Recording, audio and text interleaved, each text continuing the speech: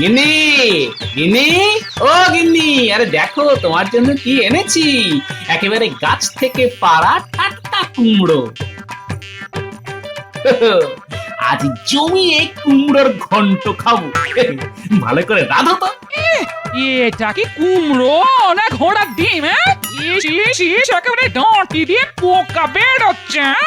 তোমার কি চোখ নেই, দেখতে পাও না? কি বলছো গিন্নি? দোকানে যে বললো আজই চাল থেকে পেড়ে এনেছি। হ্যাঁ, কুমড়ো তো চাল থেকে পারবে গো, তাল গাছ থেকে তো নয়। হ্যাঁ গো, কুমড়োটা দেখেও চিনতে পারলে না কার সঙ্গে মিল আছে? কার সঙ্গে গো? ঘোড়ার ডিমের সঙ্গে গো। ঘোড়ার ডিম? কি বললে? ঘোড়ার ডিমের সঙ্গে? আচ্ছা। গিন্নি, যা একটা বুদ্ধি দিলে না, এবার আমি দেখে নেব মন্ত্রীকে। তোমায় আমি দেখে নেব। প্রকাশ্য রাজসভায় তুমি আমায় অপমান করলে, সেই শোধ আমি নেব। তাহলে মন্ত্রী আগে চাষবাসটা শিখে নাও, তারপর তো মন্ত্রিত্ব।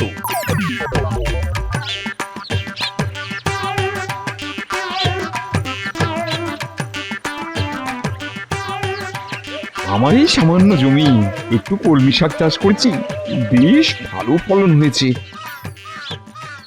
এর থেকে খানিকটা গোপাল দাদাকে দিয়ে আসি গিয়ে।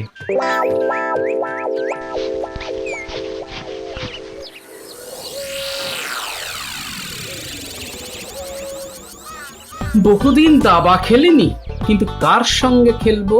ধুস, কবে যে গুলটে পুঁটিরা বড় হবে দাবা খেলতে পারবে কে জানে বাবা। গোপাল দাদাকে নিজের ক্ষেতে শাক খাওয়াতে পারবো ভেবে খুব ভালো লাগছে। আরে মন্ত্রী মশাই মনে হচ্ছে এদিকেই আসছে। কি খবর পুঁটির বাবা? এত শাক নিয়ে কোথায় যাচ্ছ? নিজের একটা ছোট্ট জমি আছে, সেখানে কলমি শাকের চাষ করেছিলাম, সেই শাক থেকেই কিছুটা গোপাল দাদাকে দিতে যাচ্ছি। বাহ বাহ বাহ বাহ, বেশ ভালো চাষ করো তো তুমি। কি ভালো কলমি শাক! তা তুমি কি আমার জমিতে চাষ করবে? আমার 3 বিঘে জমি আছে। একটা জমিতে আখ চাষ হবে, আর একটা জমিতে ধান। দেখো পুঁটির বাবা, অর্ধেক ভাগেও যদি তোমার না পোষায় তবে আমি অন্য লোক খুঁজবো। না না, আপনার মতন উদার জমির মালিক আমি কখনো দেখিনি। আমি আপনার শর্তে রাজি। তা কবে থেকে চাষ শুরু হবে? আমার মনে হয় কাল থেকে শুরু করলেই ভালো হয়। ঠিক আছে ঠিক আছে, কাল সকাল থেকেই আমি চাষ শুরু করব।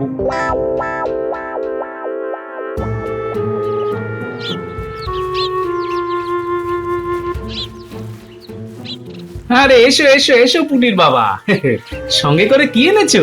আগে আমার এক টুকরো জলা জমি আছে, তুমি তো জানো, সেখানকার কলমি শাক আজ তুলেছি, আর তার থেকে খানিকটা তোমাকে দিয়ে গেলাম গোপাল দাদা। তা বেশ করেছো, বেশ করেছো। বেশ জমিয়ে আজ খাবো, বুঝলে? তা হবে নাকি এক হাত দাবা? হ্যাঁ হ্যাঁ, হবে হবে। তবে তার আগে একটা কথা বলে নি। রাস্তায় মন্ত্রী মশাইয়ের সঙ্গে দেখা হয়েছিল, তিনি বললেন তার জমিতে চাষ করতে। আমার হাতে এখন কোনো কাজ নেই, তাই রাজি হয়ে গেলাম। ঠিক করেছি তো? হাতে যখন কোনো কাজ নেই তখন যা করবে সেটাই ঠিক। তবে হ্যাঁ, তবে মন্ত্রীকে তো আমি চিনি, একটু সাবধানে দরদাম করে নিও, কেমন?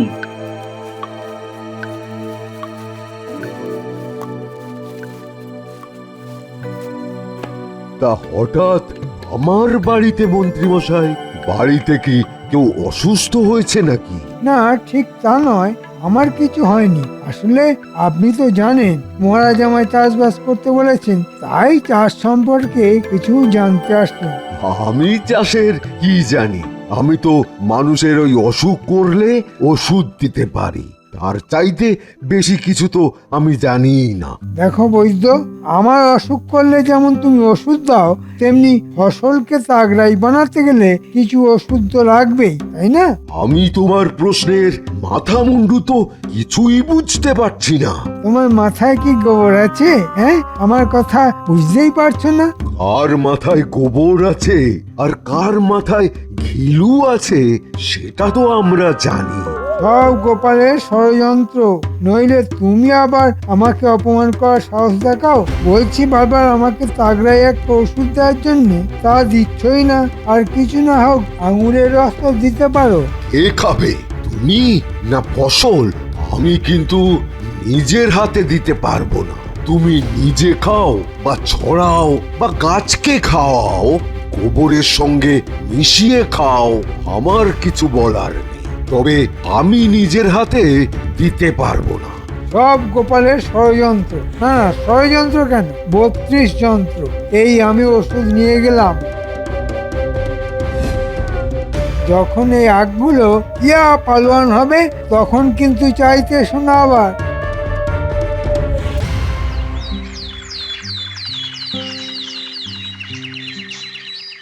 মন্ত্রী, শুনলাম তুমি নাকি চাষবাস করছো। বাহ বাহ বাহ, শুনে তো খুব খুশি হলাম। হ্যাঁ মহারাজ, চাষের মধ্যে যে এত আনন্দ তা আগে জানতাম না। বাহ, গোবরে তাহলে পদ্ম ফুল ফুটছে। মহারাজ, গোপালের অপমান কিন্তু রোজ বাড়ছে, আপনি একটা বিহিত করুন। গোপাল, কথায় কথায় মন্ত্রীকে এভাবে অপমান করাটা কিন্তু ঠিক নয়। মহারাজ, এই ব্যাপারে আমি একটা কথা বলতে পারি? হ্যাঁ হ্যাঁ, নিশ্চয়ই পারো। বলো বলো, তোমার প্রশ্নটা কি? মন্ত্রী মশাই চাষবাসের ব্যাপারে এতটাই পণ্ডিত, তিনি কাল আমার কাছে এসেছিলেন ওই মহাদ্রাক্ষারিষ্ট নিতে। তা এতে এমন কি অপরাধ আছে তা তো বুঝতে পারলাম না বৈদ্যমশাই। মন্ত্রী চাষবাস করছে, তার তো গায়ে বল বাড়াতে হবে। মহারাজ, মন্ত্রী মশাই এইসব বলবর্ধক ওষুধ নিজের জন্য নিচ্ছেন না। মন্ত্রীর বাড়িতে নিশ্চয়ই অসুস্থ কেউ আছে। না মহারাজ, সেটাও নয়। মন্ত্রী তার জমিতে ফলন বাড়ানোর জন্য মাটির সঙ্গে এই সব ওষুধ মেশাচ্ছেন। একেবারে অভিজ্ঞ চাষির মতোই চাষে পণ্ডিত হয়ে গেছেন আমাদের মন্ত্রী মশাই। গোপাল, এতে তোমার এত হাসি পাওয়ার কোনো কারণ নেই। তোমার মতো সবাই হাতি নয় যে একাই সব খেয়ে ফেলবে, মাটিকেও কিছু দিতে হয়। মহারাজ, তাই আমি ঠিক করেছি ফলের আগে মাটিকে দ্রাক্ষারিষ্ট আর সারিবাদী সালসা খাওয়াবো। এটা কি অপরাধ? তার চাইতে এই সব ওষুধ তুমি খাও মন্ত্রী, তাতে চাষেরও লাভ হবে। মাটির খাদ্য তালিকায় রাজবৈদ্যের তো বলবর্ধক ওষুধ নেই। তুমি মাটির জন্য অন্য খাবার সংগ্রহ কর, কাজে লাগবে।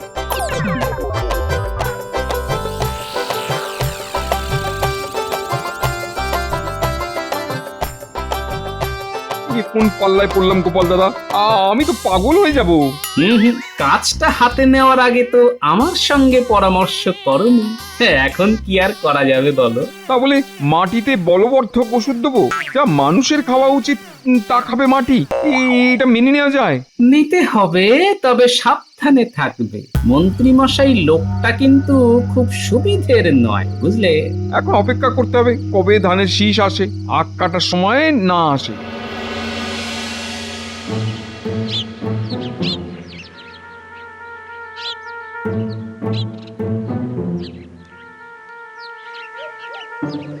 দেখো দেখো, কি তাগড়াই আঁক, আর ওদিকে ধান ফলেছে, আর তোমাদের গোপাল আমাকে চাষি বলে মানতেই চায় না। তুমি বলো পুঁটির বাবা, কত পরিশ্রম করেছি এই চাষ করার জন্য, নইলে এই ফলন হতো?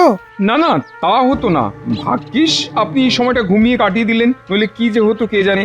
আপনি মাঝে মধ্যে এখানে না আসলে ফলন আরো ভালো হতো। এবার তো ভাগাভাগিটা সেরে নিতে হবে, তাই না? হ্যাঁ, সেটার খুব দরকার। দেখো, তোমার সঙ্গে আমার যে সম্পর্ক, তাতে আমি খুশি হয়ে তোমাকে আখের ডগার দিকগুলি দিলাম। দেখো আমি কত দয়ালু, ডগার ভাগ তোমাকেই ছেড়ে দিলাম। কেমন, খুশি তো? আগে মন্ত্রীমশাই, আপনি সত্যিই খুব দয়ালু। নিজে খারাপ দিকটা নিয়ে আমায় ভালো দিকটা দিলেন। তাহলে ধানের ভাগ কি করে হবে? কেন, আখের ক্ষেত্রে যা হয়েছিল ঠিক তার উল্টোটা হবে। আমি নেব ডগার দিক আর তুমি নেবে গোড়ার দিক। কি ভালো হলো না? ঠিকই বলেছেন। আমি কেন সবসময় ডগার দিক নেবো? ধানের ক্ষেত্রে আপনি ডগার দিকটা নিন, তাহলে আমাদের মধ্যে আর কোনো গোল বাঁধবার সম্ভাবনা নেই।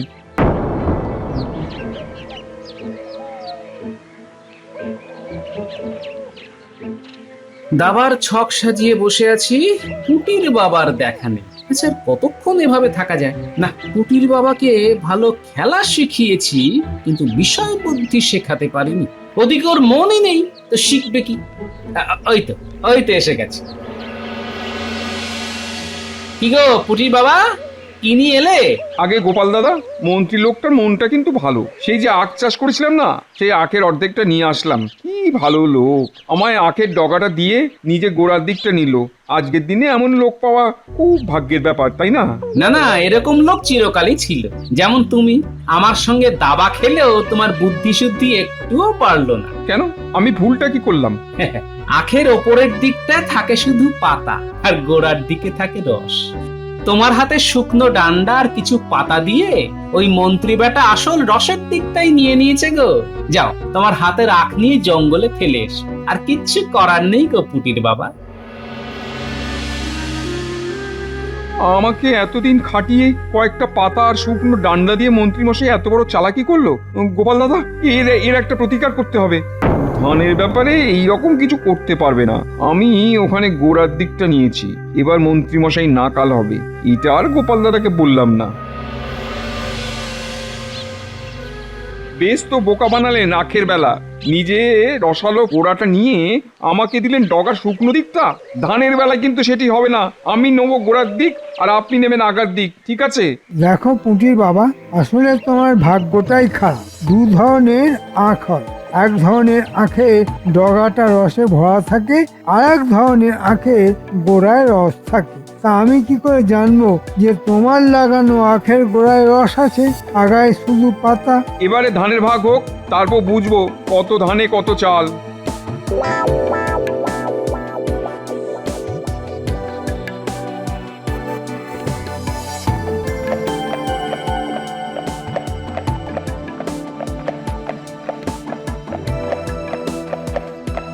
আজ পুটির বাবা ধানের ভাগ নিয়ে আসবে, দেখি মন্ত্রী ওকে কতটা ঠকায়। তারপর তো আমি আছি। এমন একটা বুদ্ধি ঠিক বেরিয়ে যাবে যখন মন্ত্রী আর পালিয়ে বাঁচবেন। এই, বলতে না বলতেই পুটির বাবা হাজির। তাও পুটির বাবা, ধান ভাগ হলো? আগে মন্ত্রী মশাইকে দিয়েছি মুখের মতন জবাব। একেবারে গোড়ার দিকে ধান সব নিয়ে এসেছি গোপাল দাদা। মন্ত্রী কেঁদে কুল পাবে না। ঠিক যা ভেবেছিলাম তাই হয়েছে। পুটির বাবা, তুমি পেয়েছো খড়ের দিকটা, আর মন্ত্রী পেয়েছে ধানের শীষের দিকটা। যে শীষ থেকে ধান হয়। আর তুমি পেয়েছো সেদিকটা যা গরু ছাড়া আর কেউ খায় না। এইভাবে মন্ত্রী আমাকে ঠকিয়ে দিল। এত দিনের পরিশ্রম আমার জলে গেল। কত কষ্ট করে এই ফসল আমি ফলিয়েছি। জলে কিছুই যায়নি পুটির বাবা, আমার উপর আস্থা রাখো।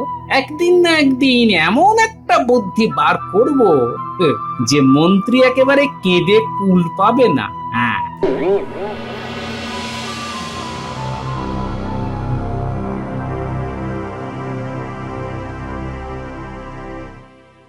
গোপালের সঙ্গে খুব প্রীত না? দিয়েছি একেবারে নাক ঘষে। রাজসভায় যে অপমান করেছে গোপাল, তার একটা জবাব দিলাম মাত্র। গোপালকে যদি না দিতে পারি, তাই গোপালের প্রাণের সখা পুঁটির বাবার ওপর দিয়েই দিলাম। গোপাল জানুক, দেখি ও কি করে।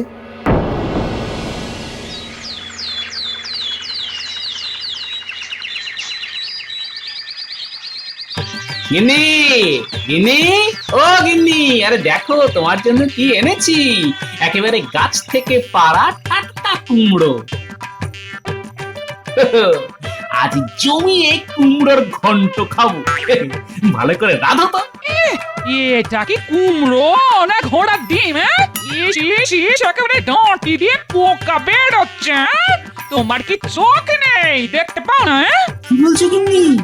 দোকানে যে বললো আজই চাল থেকে পেড়ে এনেছি। হ্যাঁ, কুমড়ো তো চাল থেকে পারবে গো, তাল গাছ থেকে তো নয়। হ্যাঁ গো, কুমড়োটা দেখেও চিনতে পারলে না কার সঙ্গে মিল আছে? কার সঙ্গে গো? ঘোড়ার ডিমের সঙ্গে গো। ঘোড়ার ডিম? কি বললে? ঘোড়ার ডিমের সঙ্গে? আচ্ছা গিন্নি, যা একটা বুদ্ধি দিলে না, এবার আমি দেখে নেব মন্ত্রীকে। ঘোড়ার ডিম দেখাবে নাকি? এই দেখাও, সংসারটা গোল্লায় যাক। ছি ছি ছি গোপাল, আমার মন্ত্রীর এরকম আচরণ আমি আমি কখনোই সহ্য করব না। এইভাবে পুটির বাবাকে ঠকিয়ে দিল মন্ত্রী। আমার রাজ্যে সবাই সমান। সে মন্ত্রী বলে আমি তাকে অপরাধের পরও রেহাই দেব, তা তো হতে পারে না গোপাল। মহারাজ, কেউ ঠেকে শেখে, কেউ দেখে। মন্ত্রীকে শায়েস্তা করার জন্য ওকে এমন শাস্তি দিতে হবে যাতে সে কোনোদিনও ভুলতে না পারে। আমি তো মন্ত্রীকে সেরকম শাস্তি দিতে চাইছি। মহারাজ, মন্ত্রীকে শুধু শাস্তি দিলে হবে না, তাকে বুদ্ধির লড়াইতে পরাস্ত করতে হবে। আপনাকে আমার দুটি অনুরোধ আছে। এক, আমাকে একটা ঘোড়া ধার দিতে হবে, আর দ্বিতীয়টা হলো কাল যদি দয়া করে রাজসভায় ঘোষণা করে দেন যে সভার সদস্যরা যদি তাদের ঘরের সবচাইতে দামি দুটো সম্পদ আপনাকে দেখাতে পারে, তবে সেই একই জিনিস তাকে দ্বিগুণ ফেরত দেওয়া হবে। আর এমন কি কাজ? তুমি ঘোড়াশালা থেকে একটা ঘোড়া আজই নিয়ে যাও, আর কাল না হয় আমি তোমার মতো ঘোষণাটা করে দেব, খুশি? কিন্তু তাতে কি মন্ত্রী শাস্তি পাবে? মহারাজ, আপনি আমার উপর আস্থা রাখুন, দেখুন শাস্তি কি করে দেওয়া যায়।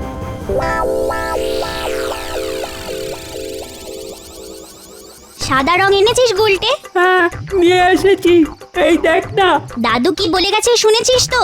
এই কুমড়োটাকে এমন ভাবে সাদা রং করতে হবে যেন বোঝাই না যায় যে এটা একটা কুমড়ো। হ্যাঁ রে বাবা, এভাবেই করছি।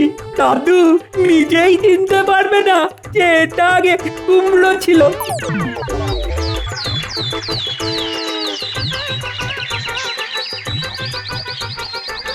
মন্ত্রী মশাই, ও মন্ত্রী মশাই, আরে বাইরে আসুন, দেখুন কেমন ঘোড়াটা কিনলাম।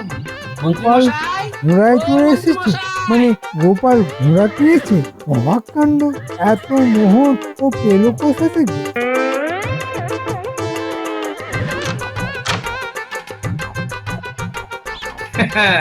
ঘোড়াটা কেমন হয়েছে বলুন তো মন্ত্রী মশাই? ভালোই, কিন্তু অনেক খরচা পড়ে গেল তো। হ্যাঁ, তা একটু তো পড়বেই। আমি দামি ঘোড়াটা একটু বেশি দাম দিয়ে কিনলাম, বুঝলেন? চড়বো যখন তখন ভালো ঘোড়াতেই চড়বো। হ্যাঁ হ্যাঁ, তা ভালোই গোপাল।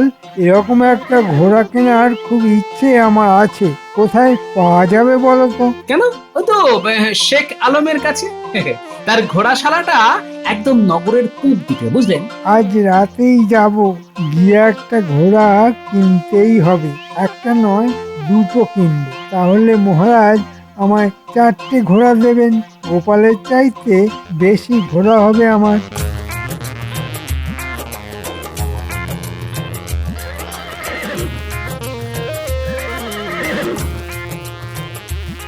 আরে ভাই গোপাল, তুমি আমার দোকানে এই ঘোড়া কিনবে? ভাই, তোমার ঘোড়াই মহারাজের সবচাইতে পছন্দের। আজ আমার একটা উপকার করতে হবে ভাই। আমাদের মন্ত্রী আজ তোমার কাছে আসবে ঘোড়া কিনতে, কিন্তু মন্ত্রীর তেমন মোহর নেই। মন্ত্রীকে একটু বেকুব বানাও। তুমি লুকিয়ে থাকো। এই আমি দাড়ি আর জোব্বা পরে শেখ আলম হলাম, আর এই কোণে আমি একটা জিনিস রাখলাম। হ্যাঁ রে, ঠিক আছে ঠিক আছে, তুমি মন্ত্রীর সঙ্গে যত খুশি মজা করো, আমিও দেখে মজা পাবো। এই দেখো আমার ছদ্মবেশ। মন্ত্রী চিনতে পারবে না তো? আরে মন্ত্রী তো কোন ছাড়, তোমার বিবিও তোমাকে চিনতে পারবে না। হ্যাঁ। শেখ আলম, ও শেখ আলম, আছো নাকি? হ্যাঁ, আমি শেখ আলম। কি চাই বলুন?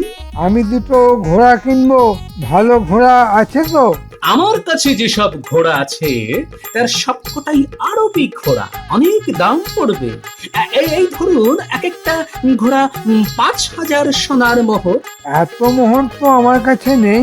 তাহলে একটা কাজ করুন, আমার কাছে একটা ঘোড়ার ডিম আছে, তার ভেতরে আছে দুটো ঘোড়া। আপনি ডিমটা নিয়ে যান, কালকেই ডিম ভেঙে বাচ্চা বের হবে, সস্তায় দিয়ে দেবো, মাত্র 5 মোহর। দাও দাও, এক্ষুনি দাও। এই নিন, যত্ন করে রাখবেন, ভাঙবেন না যেন।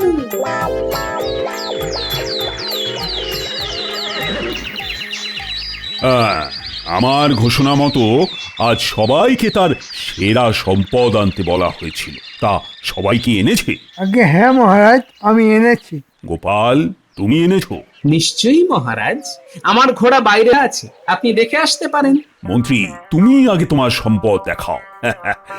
আমি তোমার আনা জিনিসটা দেখতে খুব উৎসাহিত বোধ করছি। এই যে মহারাজ, আমি একটা ঘোড়ার ডিম নিয়ে এসেছি। এর মধ্যে দুটো ঘোড়া আছে। আজই ওরা ডিম ফুটে বার হবে। একটু অপেক্ষা করুন, দেখতে পাবেন। এবার আমাকে 4টে ঘোড়া কিন্তু দিতে হবে মহারাজ। নিশ্চয়ই নিশ্চয়ই, ঘোড়া যদি ডিম পারে তবে তোমাকে 4টে কেন 400 ঘোড়া আমি দিতে পারি। গোপাল, মন্ত্রীর ঘোড়ার ডিমটা আমার হাতে দাও তো।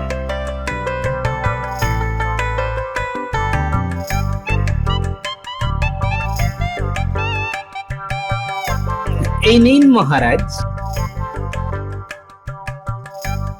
মন্ত্রীর বহু মূল্যবান ঘোড়ার ডিম। গোপাল, এবার পুঁটির বাবাকে ডাকো, আমার দরকার আছে।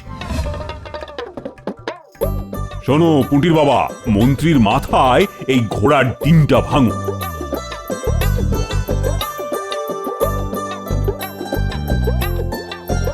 মহারাজ, এই ডিমের মধ্যে দুটো ঘোড়া আছে। তাই?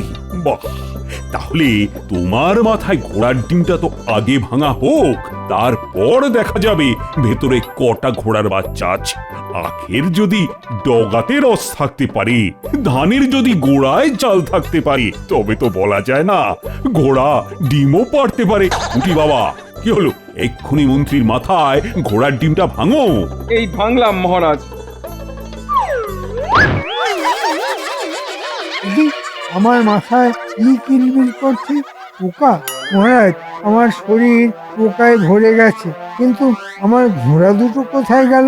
তোমার খেতে আখ চিবোচ্ছে। উটির বাবা, ধানের খেতে মন্ত্রীকে বাইরে নিয়ে গিয়ে খড়গুলো খাওয়াও, আর না খেতে চাইলে আখের ডান্ডা দিয়ে মাথায় বাড়ি মেরে মেরে খাওয়াবে। আর মন্ত্রী, তুমি যেভাবে পুঁটির বাবাকে ঠকিয়েছো তার ক্ষতিপূরণ কিন্তু তোমায় দিতে হবে, যা তোমার মাসোহারা 3 গুণ। মহারাজ, এত মোহর আমি পাবো কোথায়? এখন থেকে 3 মাস তুমি বিনা মোহরে মন্ত্রীগিরি করবে এখানে, আর এটাই তোমার শাস্তি। কুটির বাবা, তুমি মন্ত্রী মশাইকে আদর করে খাওয়াও, যত্নের যেন কোনো ত্রুটি না হয়। মন্ত্রী মশাই নিন, ভালো করে খড় চিবিয়ে খান। আমি বরঞ্চ আপনাকে একটা ছড়া শোনাই। মন্ত্রী মশাই মস্ত পাজির ডিম, লোক ঠকালেই খেতে হবে যমজ ঘোড়ার ডিম।